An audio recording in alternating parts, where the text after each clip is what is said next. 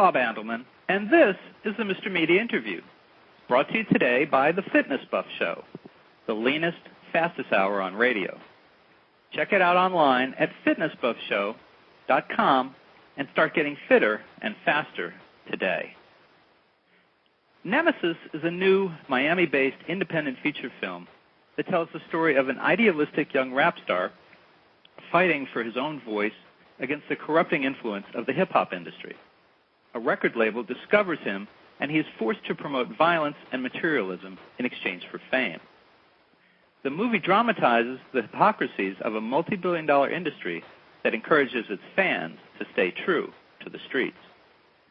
Directed by Lisa Pola and produced by Jeremy Mitchell and Justin Marks, Nemesis stars Sheaun Mckinney as the unlikely gangster rap star Nemesis, and Marlon Taylor, a.k.a. rapper Messiah, as the real gangster rapper Razor Rick. The soundtrack features original music from fresh and new artists such as Messiah, a Mr. Cheeks protege, and Susie Abromite, already known for her #1 single duet with hip-hop star Fat Joe. As for co-producer Jeremy Mitchell, our guest today, he's worked steadily over the last 6 years, notably appearing in Harder They Fall, King, Full Circle, Chat, and Motel. He has also appeared in numerous independent and short films. Jeremy, welcome to Mr. Media. Hi, Bob. Hey, how are you? Thanks for joining us today on our first go-round with Blog Talk Radio. Oh, thanks for having me. It's really exciting to be on here and having Nemesis starting to get prestige of being able to be on shows like this. I appreciate that. Jeremy, you're an actor, and if you don't mind me saying, a white guy to boot. How did you wind up producing a movie about the hip-hop scene? Yeah, that's funny. It's the question that seems to pop up over and over. Well, as far as being an actor, I can answer that pretty easily. It's just sort of been a process that's kind of, evolved. Like you said, I've been working in the industry, and those films you named were as an actor. But through doing that, you start to work and meet people.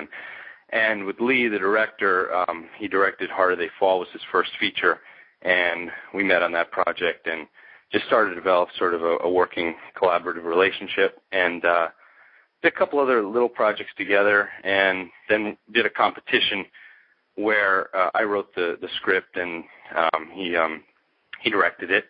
And then this project, Nemesis, started to germinate. It actually began with a trailer that he made with an original idea that we have a third writer that had created the idea for it, and they put together a trailer, but it was a completely different type of movie at that point. It was more of just an urban thriller, and over a period of time, some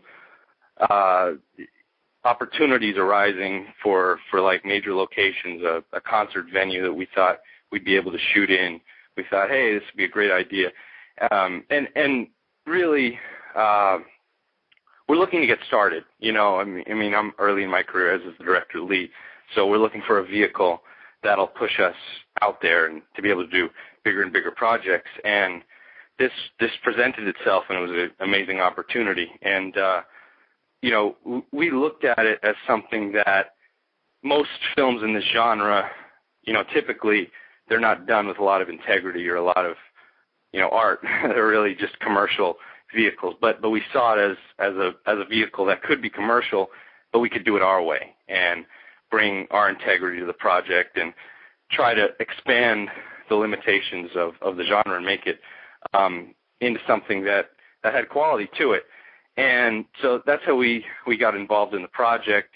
And as far as being white and being in it, it all has to do with the philosophy of the movie, against stereotypes. I mean, the main star himself, Nemesis, is your typical black hip-hop star. In every way, he's just a cliche. I mean, that's what the executives are trying to tell him. They're trying to teach him to be what the industry and what the fans expect him to be, but that's not him at all. He's a lot more than that. And the film in many ways is about defying people's expectations and being true to yourself, not true to what people want you to be. So I think that goes hand in hand with us making the movie. Yeah, you probably wouldn't expect us to make a movie like this, or me as a white guy being able to come in and say something about a life that I don't really live. But I think that's the job of all, writers and artists, is to be able to have more voice than just their own, to be able to empathize with other aspects of society and culture and look at things from the outside in, and which is certainly in this situation. We were just looking at it with an outside perspective and trying to look at it objectively. Do you have a lot of background or knowledge of the whole hip-hop scene? Are you a hip-hop music fan? A fan, yeah. I'm not an industry insider. None of us are. We have worked with some hip-hop stars, I won't mention any of them, but being on sets down in Florida, doing music videos and being exposed to how they're really like a lot of times when they're not performing, when they're not in character, and you don't see them on a music video or in an interview.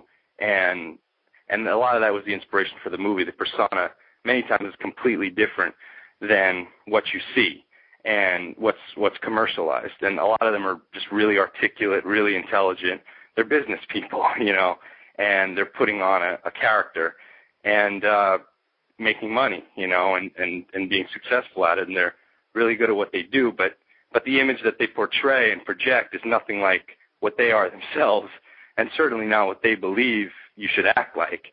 So, obviously the funny thing is that the people, the fans, the public buys into the image, and they think it's real, and then they start trying to portray it themselves, and act like it, because they are taught, through propaganda and, are just our marketing, cultural marketing, that's the way we're all supposed to be.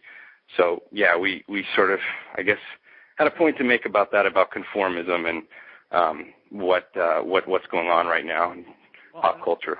I'm thinking I'm probably a generation removed from today's hip-hop scene, but I did cover pop and rock in the 80s and maybe early 90s, and it seemed to me that the story could easily have been about the pop or rock scene at any time, as well as hip-hop. But the storylines are basically the same. It's just, it seems like in hip-hop there's a lot more drama. There's a lot more violence, perhaps, a lot more urgency. Yeah, absolutely. It's just a natural dramatic form, hip-hop, because the whole pressure of the music itself is geared towards violence and competitiveness and rivalries. So it makes for a really dramatic story. But it could even be this today now in pop or in rock, or go outside on any major city streets, and you'll see, especially with kids, teenagers, they're usually trying to label themselves, categorize themselves. They're in some type of subgenre, whether it's hip hop or they're into, being surfer types or prep types or goths. You see the goths running. You see a lot of different groups, and I guess people are really, kids especially, are searching for an identity. And through music and through advertising, we give them this characterization that they can portray and sort of fit in with a type. And it could have applied to any scene in music. Absolutely. I think that's one of our big issues, big points. It's not really about hip-hop.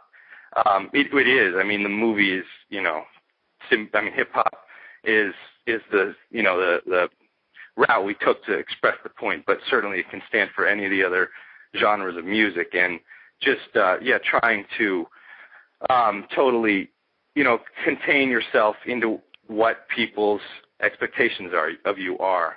And but with hip hop, it obviously there's a lot more at stake. So it was a perfect avenue for us to tell the story, and something that the stakes could escalate and a lot could happen in it. What can you tell me about the film stars? Sheaun Mckinney as Nemesis and Marlon Taylor as Razor Rick.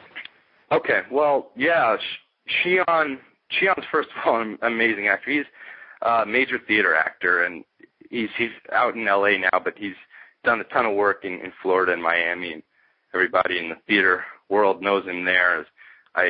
He's won a Carbonell Award, which is sort of the Florida equivalent of the Tonys for his stage work, and you don't expect that in a hip-hop film because, you know, pretty much anyone you see out there will have real hip-hop stars and not actors, you know, sorry to say. I mean, some of them are adequate, but they're not actors, they're rappers. And our intention with the film going in was we're going to cast actors, you know, and what thing we're going to do to make this stand out is just have a really good story to tell that. We need people that can really, really act and portray the character.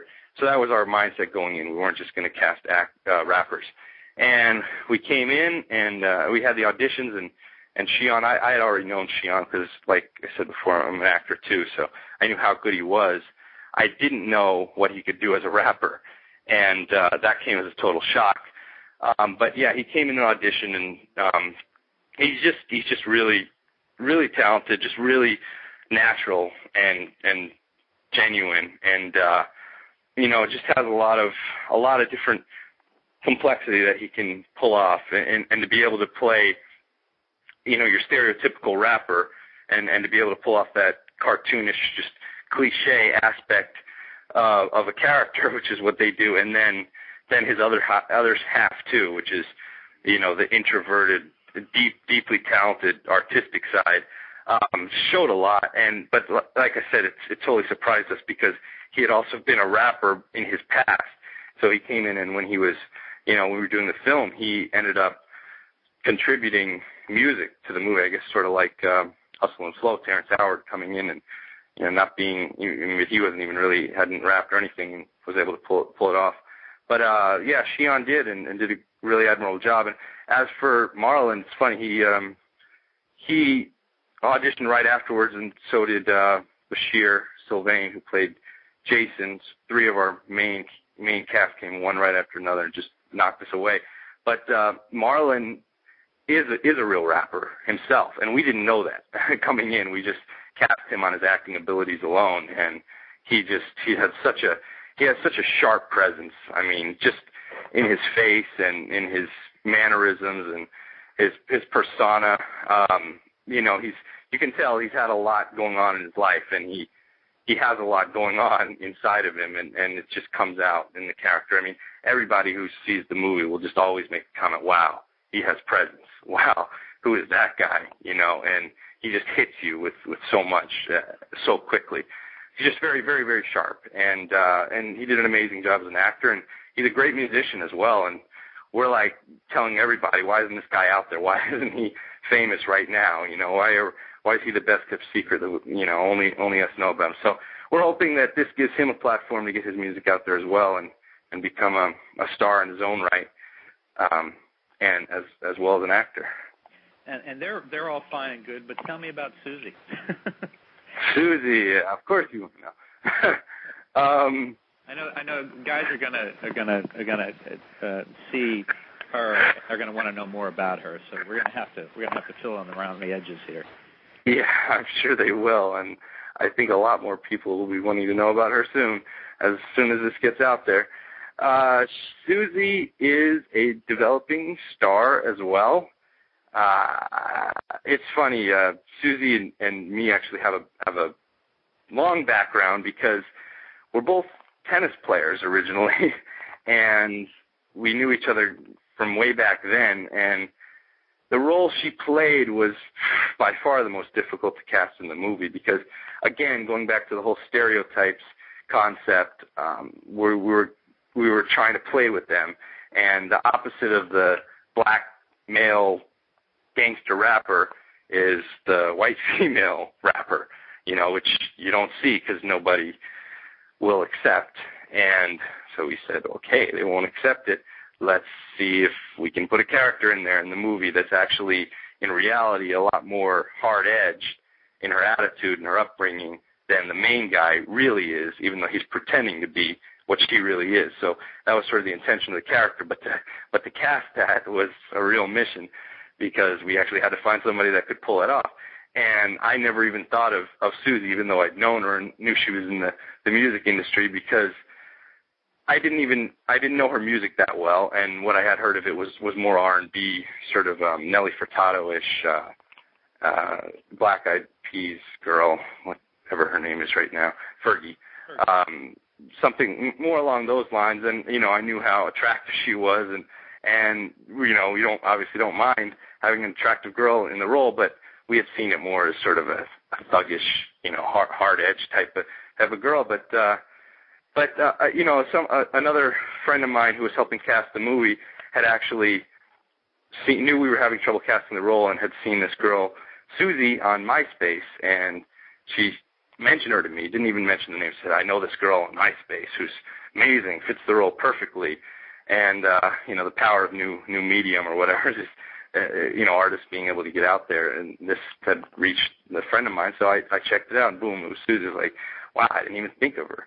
And there was like a rap song up on her MySpace page. It was like, I guess I'll have to bring her in, and I did. And she was able to pull off both aspects of the character really well. And she's she's going a lot of places. I mean, she's gotten a role on Burn Notice recently. I know she has a lot of commercials out there, so she's up and coming. She's done a duet with Fat Joe. It was a #1 hit. I think you mentioned that in the intro. And she's really taking off.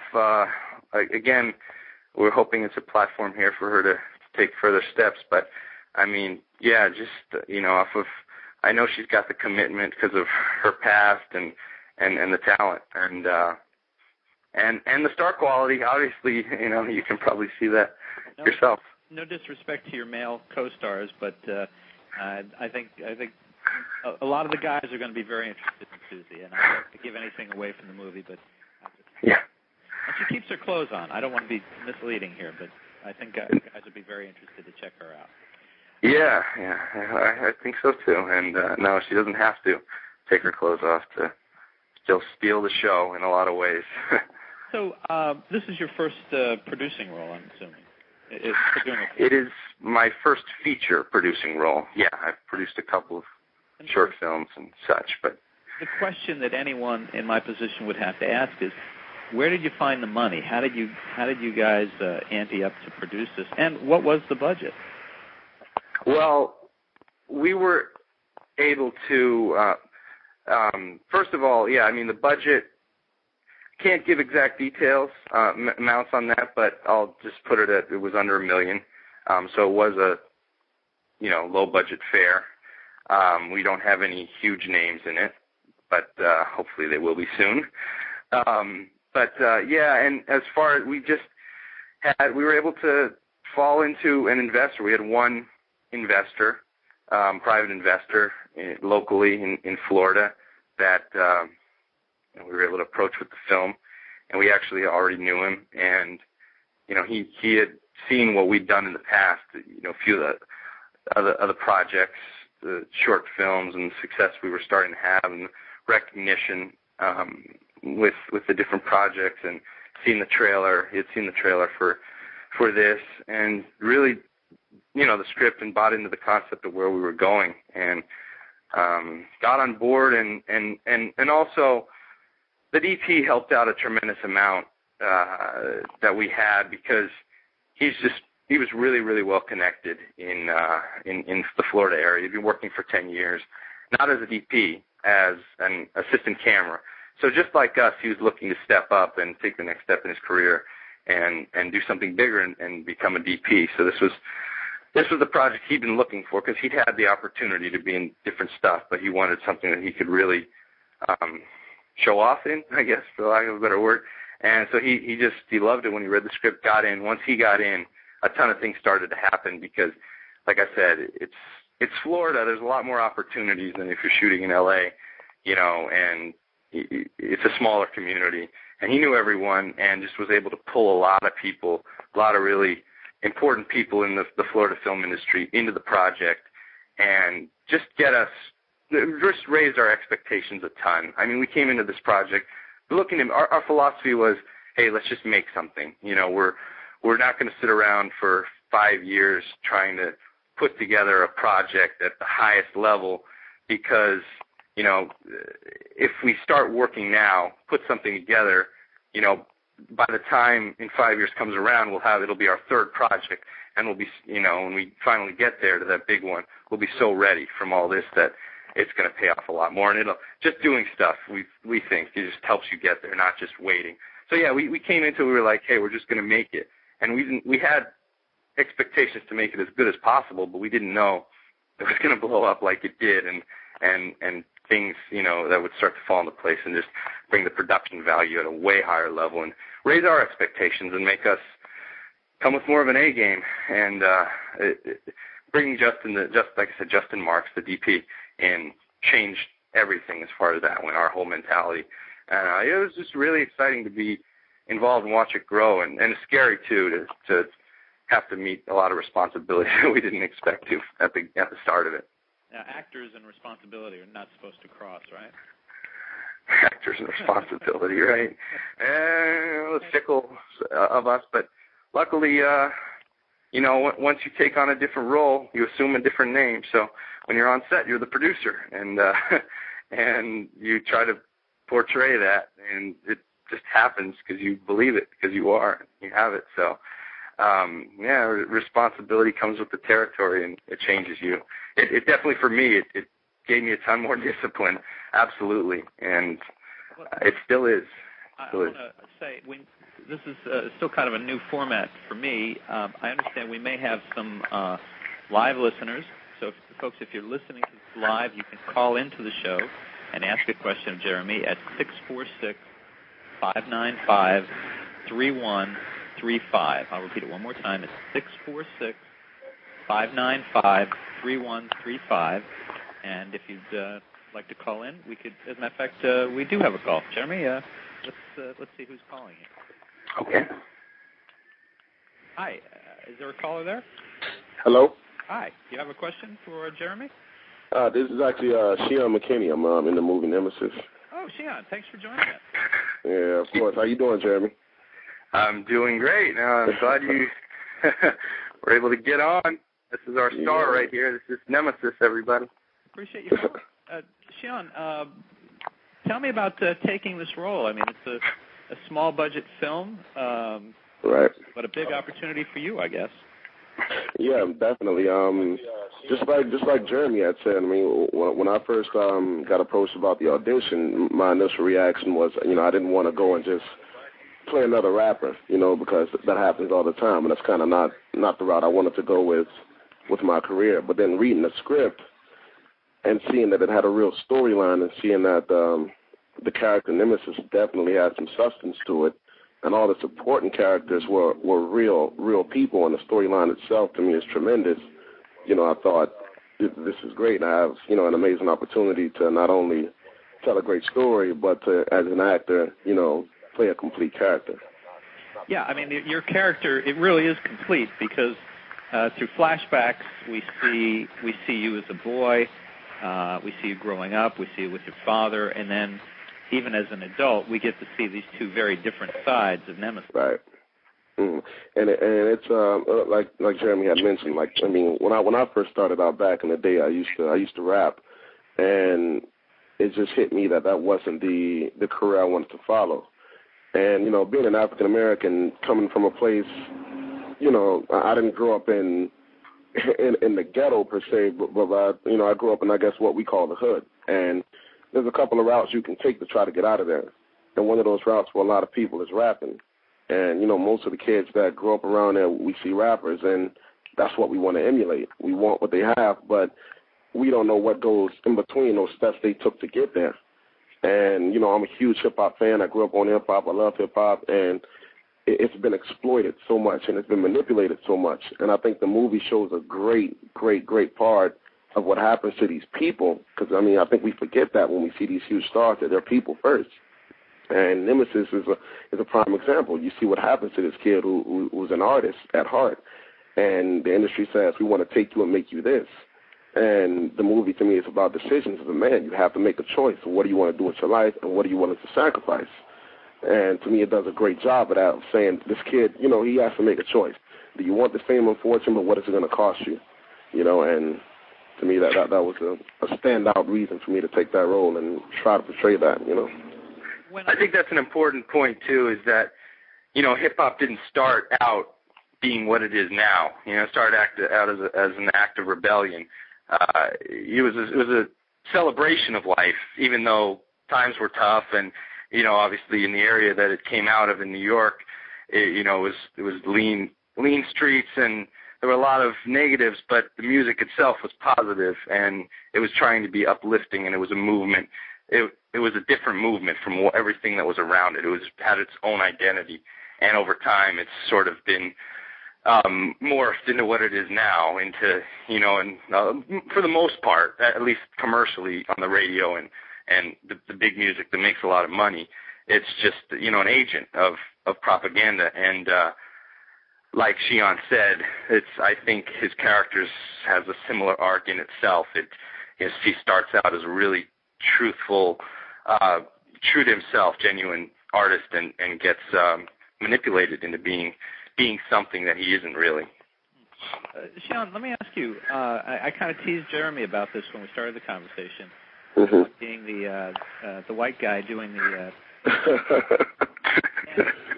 and of course, he plays a record producer in the film. It seems to me that he's taken on a dual risk here. One is that he is a white guy producing a film about hip-hop, but he's also, he's got money on the line. He's in the film. How does all that, how do you think that'll stand up in the community? To me, I really think, to some people it may be a double-edged sword, but I think it's a great thing, because the one thing we have to improve in this country, because it's still an issue today, is race relations. And I think as an artist, as a writer, your job is always going to try to be to capture the story from all angles. And I think hip-hop is a black commodity in its creation, but it's not exclusive at all. Hip hop is open to everybody, and I was shocked. And I told Bashir, who's my best friend, who's in the film, like, they really captured the essence of hip hop in this film. They also captured the essence of the industry, which, you see now there's millions of people rapping now. Whether you think they're good or not, there's millions of people rapping, black, white, Latino, what have you. And I don't think that only black people can talk about hip hop. Just like I don't think only white people can write certain types of films. You know what I mean? It's open to everybody. And if I honestly would have read the script and thought, okay, these white dudes don't know what they're talking about, I wouldn't have did the film. But I read it and I was like, wow, they know what they're talking about. And they were also very open. Jeremy and Lee were very open to whatever input that we had. If we were like, oh, well, I don't like the way this sounds, I don't like saying it this way, they were just like, hey, go, try it this way. And it was a great collaboration. And I think that anybody that sees the film within any community is going to realize that. They might not even realize who wrote it or, who produced it or what have you. And I have to give kudos to Jeremy, because I know as an artist, coming from a theater background, it's tremendously hard to try to act and try to direct at the same time. They'll drive you insane. And he did a great job keeping it together. So, I commend him. And I love the idea that it was written by somebody outside of the black community. And how do you think he did at portraying a white He was the most amazing sleazebag on camera I've ever been around. I have to give him that. He just has that presence of just like, wow, I really don't like this guy on camera. So I think he did a heck of a job. And I think everybody in the film, not just trying to sound cheesy, but it was one of those projects where it was an amazing collaboration of just backgrounds clashing together and coming out with something beautiful, a really great piece of art, I think. One of the things I liked was I went to school at University of Miami for a year, but and it's been a while. But I felt like watching the film that it really, both the cinematography and the atmospherics that were in the film, it really kind of captured the feel of being in Miami. Yeah, it did, and it was great being out here in L.A. now and realizing, I just came back from Miami yesterday, actually, and I'm like, wow, I really miss home. And the film does capture Miami great, from everywhere we perform to the language to just the vibe of the people. Miami has a certain vibe that I think it stands out, like anywhere else. Just like New Yorkers have that vibe, LA people have that vibe. Miami has that vibe and that culture to it, and I think the film really, really captures that. What do each of you have on the line here as you wait for this film to find distribution and get out? And what do you hope the film will do for each of you? Speaking personally, you as an actor, you hope that somebody will see it and it just leads to something else. I hope people can see the film and take it for what it is. And any aspiring rapper or artist can be like, I want to go into maybe a contract situation and say, I'm going to make my own choices. That's what I hope somebody can be touched by. As an actor, I just hope, like anybody else that watches them, be like, hey, let me call this guy in for an audition, Yeah, as far as I go, like Sheaun said, I want the movie to stand up on its own because I think it's an important piece. Going into this, our expectations were to make something good. They were also to grow, to get somewhere else, use it as a platform. And the easiest way, I shouldn't say the easiest, but the most viable way we saw was to make something in a genre that a lot of people were interested in, and hip-hop certainly captured that. So it's, one of the biggest pop cultural movements there is in America. So we said, hey, let's make a film about something that's important and current and now and, has a point at the same time. Let's make something good out of it. And we tried to do that and, tried to give what we felt and how we really perceived everything. And after it's been done, I really wanted to get out there and people to see it and maybe think about it a little bit. So I wanted to stand on its own. At the same time, I want to use it as a platform to make bigger and bigger projects and reach more people with each successive work. So yeah, I'm really hoping it does as well as possible. And Jeremy, I should ask you, what is the status of the film? Where are you at on the business side of things? We're working on getting a distribution deal. We have a few offers right now. We're actually looking to try to get into a big festival and get a little more worldwide exposure, just to up the status of the project, the awareness of it, and be able to sell for a deal that will make the film circulate more and reach more people. So at this point, it's in it's complete, and just recently finished post and got everything done, put the soundtrack in. So at this point we're shopping it around and trying to seek it out, getting it out there into the marketplace. Okay.